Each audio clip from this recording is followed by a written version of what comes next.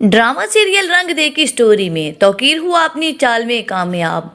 उसने सिर्फ बूढ़ी दादों पर हमला ही नहीं करवाया, बल्कि दुआ के किरदार पर कीचड़ भी उछाला कि ये सब कुछ दादी के साथ इसलिए हुआ कि वो दुआ की इज्जत बचाना चाहती थी।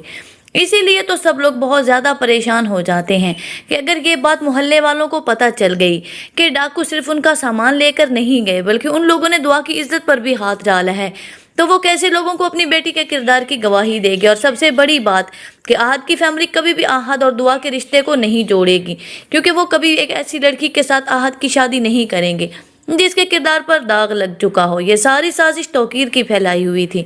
वो ही आहद और दुआ के दरमियान में गलत फहमियाँ पैदा करने की खातिर इस तरह का ओछा हथकंडा इस्तेमाल करता है, और ये भी नहीं सोचता कि दुआ उसे अपना हकीकी बाप तस्लीम कर चुकी है। बल्कि जब दादी हॉस्पिटल में पड़ी जिंदगी और मौत की जंग लड़ रही थी, तो तौकीर उनको मशवरा देता है कि क्यों ना हम जाकर पुलिस वालों को बताएं कि हमारे साथ क्या हुआ है। तब नुसरत रोते हुए आगे बढ़ती और कहती है कि बस करें तौकीर, हम कैसे अपनी इज्जत का जनाजा निकलवा दें। लोग तरह तरह के सवाल करेंगे मेरी बेटी से। पुलिस वालों के बारे में आपको पता है, वो मेरी बेटी से किस तरह के गंदे सवाल कर सकते हैं, आप अच्छी तरह से जानते हैं। मैं अपनी बेटी को थाने नहीं जाने दूंगी।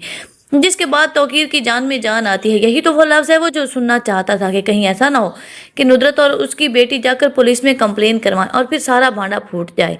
उसने नुसरत को डरा दिया, उसकी बेटी की इज्जत का वास्ता दिया, और नुसरत केस करने से भी बाज आई और ना ही कोई उसने FIR दर्ज करवाई। जबकि अगले ही सीन में आपको दिखाया जाएगा जब दादी दुआ और आहद को अपने कमरे में बताती है कि यहाँ पर सब कुछ गलत हो रहा है, तुम्हें किसी भी बात का अंदाज़ा नहीं है, लेकिन मैं जानती हूँ कुछ ऐसा है जो तुम लोगों के साथ गलत होने वाला है। वो आहद का हाथ पकड़ती है और उसे कहती है कि दुआ को यहाँ से दूर ले जाओ, वो वहाँ पर महफूज नहीं है। ये सुनने के बाद आहद कहते हैं कि दुआ को किससे खतरा हो सकता है।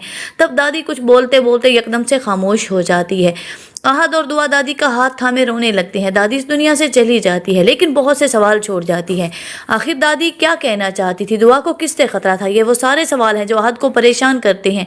उसका शक पहले ही था तौकीर पर, लेकिन अब उसे यकीन हो चला है कि कहीं ना कहीं दुआ के साथ कुछ गलत हुआ है, और वो सब कुछ तौकीर मियाँ ने ही करवाया है। क्या आहद इस सारे राज तक पहुँच पाएगा?